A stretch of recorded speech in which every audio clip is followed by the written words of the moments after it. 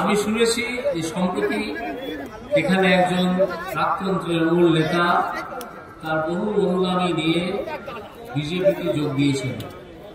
আমি তাকে স্বাগত জানাচ্ছি।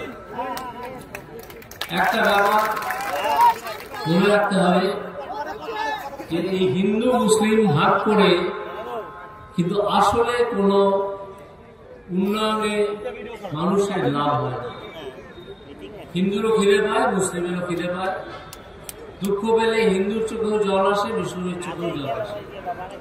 কাজের প্রয়োজন হিন্দুরও হয়, মুসলিমেরও হয়। এই তো দু তিনটে ব্যাপার, খাদ্য, বস্ত্র, বাসস্থান।